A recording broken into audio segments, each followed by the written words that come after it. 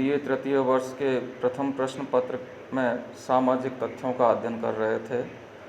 Email Durkheim जो France के निवासी थे, उन्होंने सन 1895 में एक पुस्तक लिखी थी, दी रूल्स ऑफ सोशोलॉजिकल मेथड, और उसमें उन्होंने सामाजिक तथ्यों को समाजशास्त्र की विषय वस्तु के रूप में परिभाषित किया था। और उसमें हम ये स्पष्ट किया था कि दुर्खीम के अनुसार सामाजिक तथ्य क्या होते हैं और उन सामाजिक तथ्यों की क्या विशेषता होती है। हमारे सभी प्रकार के कार्य करने के तरीके, सोचने के तरीके, व्यवहार करने के तरीके, जिन पर एक विशेष प्रकार का समाज का दबाव रहता है और जो वैयक्तिक चेतना से बाहर की वस्तु होते हैं, उन्हें दुर्खीम के अनुसार सामाजिक तथ्य कहा जाता है। तो इस प्रकार से दुर्खीम ने सामाजिक तथ्यों की दो प्रमुख विशेषताओं का वर्णन किया था, बाध्यता और बाह्यता। उसके बाद में हमने सामाजिक तथ्यों के अवलोकन के नियमों को स्पष्ट किया था कि सामाजिक तथ्यों का अध्ययन किस प्रकार से किया जाना चाहिए, और उसमें दुर्खीम के अनुसार हमने देखा कि सामाजिक तथ्यों को वस्तुओं के रूप में समझना चाहिए। अर्थात हमारे मन में जो भी बनी बनाई धारणा है या पूर्वाग्रह है, उन्हें हमें स्पष्ट पहले तौर से साफ कर देना चाहिए।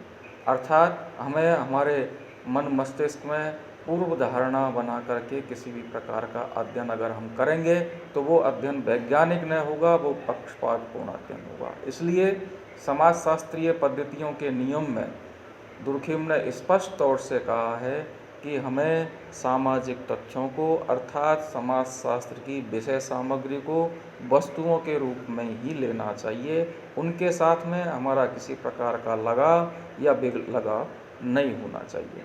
और सामाजिक तथ्यों की विशेषताओं को स्पष्ट करते हुए दुर्खीम ने कहा कि जो सामाजिक तथ्य होते हैं वो संपूर्ण समाज में अथवा समूह में अथवा समुदाय में सामान्य तौर से पाए जाते हैं और सभी लोग उनका एक ही प्रकार का अर्थ लगाते हैं। अर्थात किसी समाज के अंतर्गत जो नातेदारी प्रथा है, उस नातेदारी में क्या है कि अलग अलग जो संबंधी होते हैं, उन संबंधियों के साथ में लोग किस प्रकार का व्यवहार करते हैं, ये पहले से ही पूर्व परिभाषित होता है। लोगों को उनके साथ में उसी प्रकार का व्यवहार करना पड़ता है। अर्थात हम जिस प्रकार से हमारे मित्रों से व्यवहार करते हैं, उस तरह से हम अपने परिवार में अपने परिजनों से नहीं कर सकते। पिता से जिस प्रकार का व्यवहार करते हैं, उस प्रकार का व्यवहार हम किसी अजनबी से नहीं कर सकते हैं। हम हमारी बहन से जिस प्रकार का व्यवहार करते हैं, उस तरह से अन्य लोगों से नहीं कर सकते हैं। तो ये समाज की जो धारणाएं होती है, जिनका हमारे ऊपर दबाव होता है, उन दबावों की वजह से हम विशेष प्रकार का व्यवहार करते हैं, उसे ही दुर्खीम ने सामाजिक तथ्य कहा है।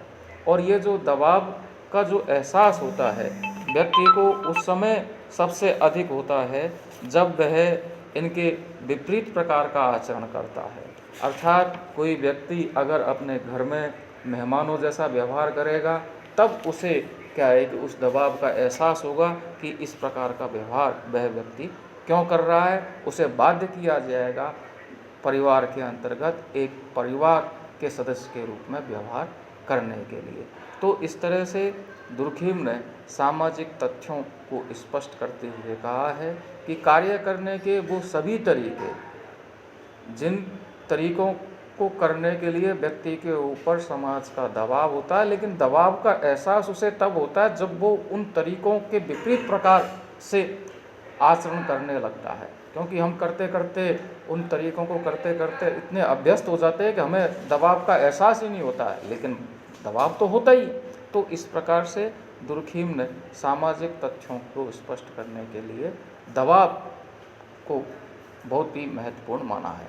और साथ में ही सामाजिक तथ्य जो होते हैं वो वैयक्तिक चेतना से बाहर की वस्तु होते हैं। अर्थात व्यक्ति की पसंद नापसंद से कोई मतलब नहीं होता है।